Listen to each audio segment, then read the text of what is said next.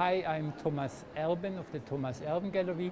We are based in New York. It's a gallery which was founded in 1996, and it's actually the fifth time that we are participating here at Art Basel Miami Beach. We are in the gallery section, booth number C31. And so what we are actually showing here is a grouping of works by 5 artists. The gallery has, from its inception, working with what we termed the African American avant-garde, of whom we have 3 examples here at the fair.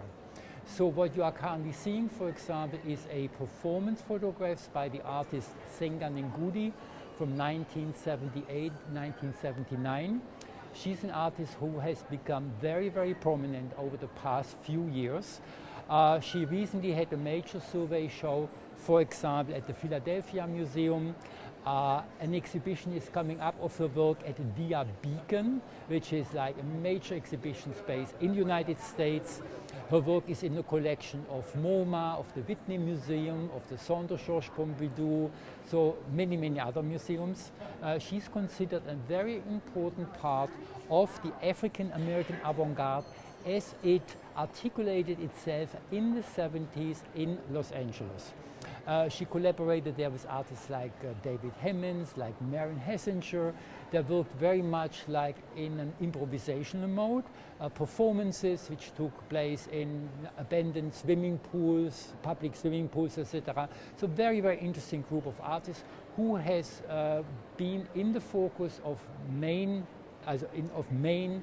curatorial interest over the past few years. Another artist who is from that group is over there. It's the work by Adrian Piper. She's considered one of the major proponents of conceptual art in the United States. She recently had a retrospective at MoMA on the entirety of the 6th floor. She's an artist who is a formalist, a conceptualist, but also thematizes issues of like inequity, racial disparity, discrimination in a very witty, informally inventive way. For example, here you see, relax, we don't want what you have, then referring to the display of wealth and consumption in the 2 other panels of the image.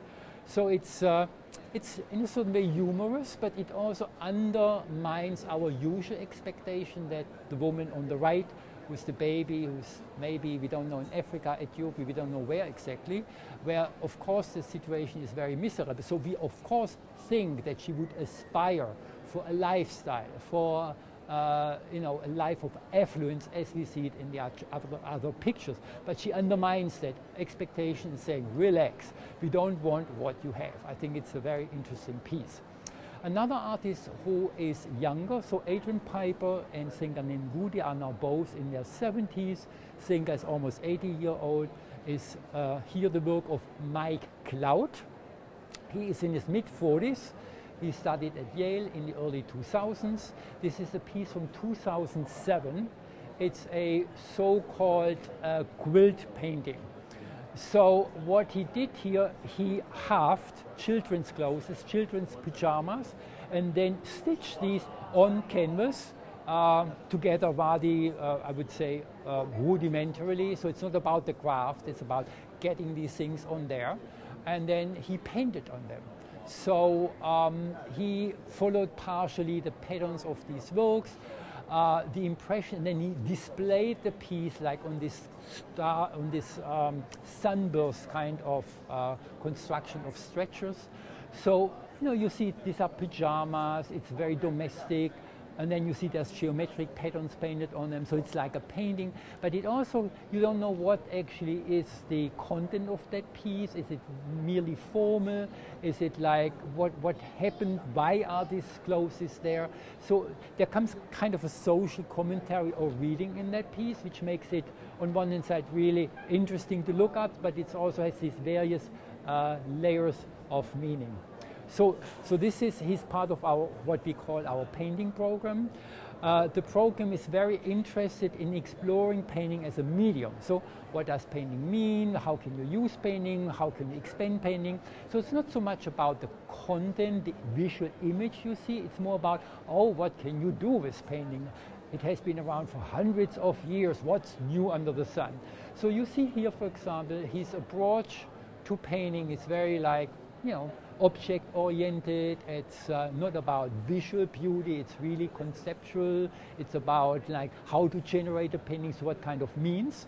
And that leads us to another artist in our booth here, whose work is strikingly different in terms of its visual aspects, but also in terms of its